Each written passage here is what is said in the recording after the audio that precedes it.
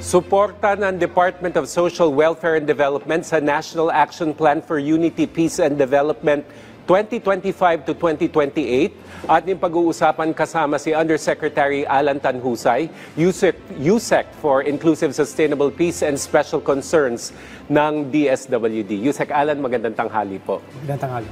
Sir, pinakaunang tanong siguro, ano yung pangunahing papel ng DSWD sa pagpapatupad ng National Action Plan for Unity, Peace and Development 2025 to 2028? Yes. Ang papel ng DSWD dito ay paigtingin pa natin ang ating peace and development programs sa ahensya at sisiguraduhin natin na may mga epekto at may mga outcomes tayo madideliver para sa bagong Pilipinas. Ang isa sa mga focus talaga natin is yung mga dati pong mga rebelde po. Na ilang beses na po namin naging guest dito si National Amnesty Commission. Pero hindi po namin nahihimay talaga kung paano po talaga yung proseso ng integration at pagtulong sa mga dating rebelde. Ano po yung mga ginagawang hakbang para maibalik sila sa lipunan at para po makatulong talaga sila sa pagbalik ng kapayapaan, lalo na sa lokalidad nila? Well, ang approach natin dito ay kakaiba. Dinadaan ito natin sa mga programa ng pamahalaan sa pangungunan ng DSWD. Dinadaan ito natin sa mga Sustainable Livelihood Program, sa mga pamana sub-projects at sa mga case management na bagong programa o bagong innovation under the leadership of Secretary Rex Gatchalian. Mahalaga, Yusek Alan, yung pakikipagtulungan talaga ng komunidad, no? So paano po makakatulong ang mga community-driven at rights-based programs ng DSWD sa pagtataguyod ng kapayapaan at kaunlaran sa mga conflict-affected areas? Well, ang ginagawa natin ay inorganisa natin ang mga communities. Kung meron tayong programa sa kanila, ito yung community-driven development sa pamamagitan ng pag-organisa sa kanila bilang asosasyon, bilang people's organization, at doon ay magdidesisyon ng community kung anong proyekto, kung anong micro-business enterprise ang kinakailangan nilang gawin at tutulong lamang ang DSWD sa pagpapatupad ng ganitong programa at imomonitor natin. Pwede nyo kaming bigyan, Yusek, ng halimbawa ng konkretong serbisyo at suporta na binibigay po ng DSWD sa ilalim ng Peace and Development Buong Bansa Mapayapa National Program Management Office? Meron tayong, number one, meron tayong transformation program na pinapatupad under the MNLF Transformation Program. Ikalawa, meron tayong programa na normalization program na ipinapatupad under the MILF Peace Agreement at meron tayong tinatawag na pamana programs, ang Sustainable Livelihood Program at ang Peace and Development Program, which is mga sub-projects. Napag-usapan natin, Yusek, yung kahalagahan ng komunidad, yung partisipasyon ng komunidad, pero kailangan din ng tulong ng local government unit, pati rin po yung civil society. So meron po bang mga hakbang ang DSWD para mapalawak ang kanilang partisipasyon sa pagpapatupad ng National Action Plan for Unity, Peace and Development? Hindi natin kinakaligtaan ang partisipasyon ng mga non-government organizations, lalong-lalo na ang mga provincial local government, ang local government at ang barangay local government sa lahat ng mga programa natin. Kasi kami po ay nagtutungo sa mga liblib na lugar, sa mga geographically isolated and disadvantaged areas at doon tayo nagpapatupad ng ganitong mga programa. At kaakibat natin sila palagi. Hindi tayo umaalis o hindi tayo nag-ooperate sa isang community na wala sila.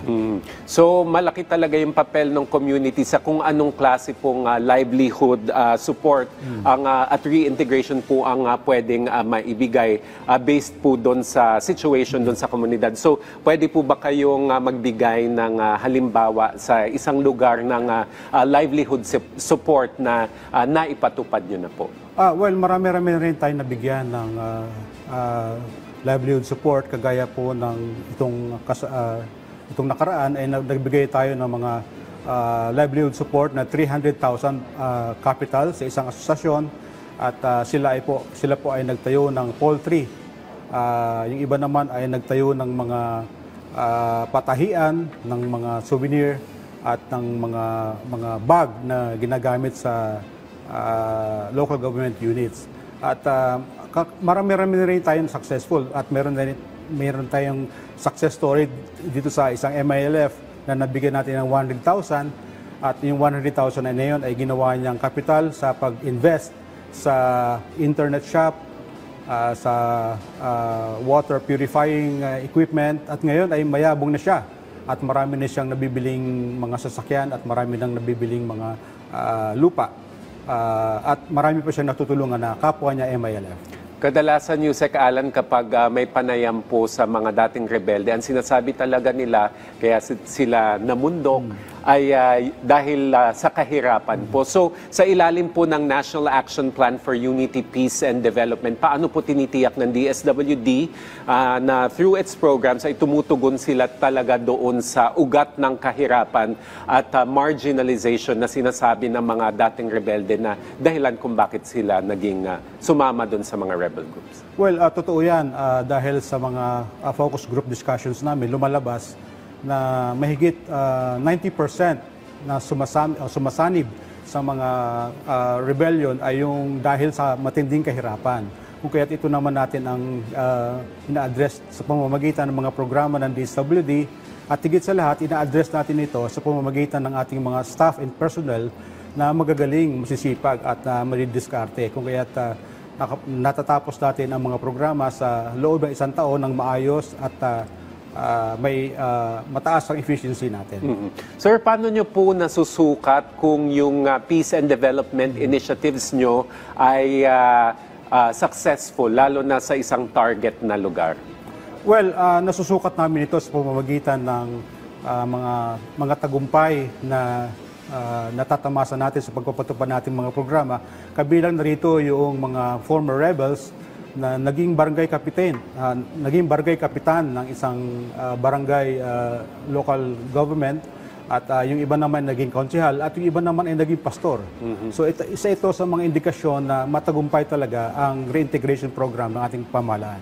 Sa ngayon, Yusek, ano sa palagay nyo yung mga challenges o mga hamon ninyo sa pagpapatupad ng peace and development initiatives, lalo na doon sa mga lugar na marami pa ring rebel activity? Well, ang pinakapangunahing challenges namin dito ay yung security. Minsan ay kasi ang pinupuntahan namin ay may mga lugar na geographically isolated and disadvantaged areas. Karamihan sa mga ito ay walang kalye, walang kuryente, walang internet signal at walang mga maayos na water system. Kung kaya't isa ito sa pinakapangunahing problema natin. Ikalawa ay siyempre ay yung logistics natin. Minsan kakayanin ito ng mga sasakyan na 4x4, ngunit may mga bahagi ng mga assignment namin na hindi na kayang akyatin ng mga sasakyan.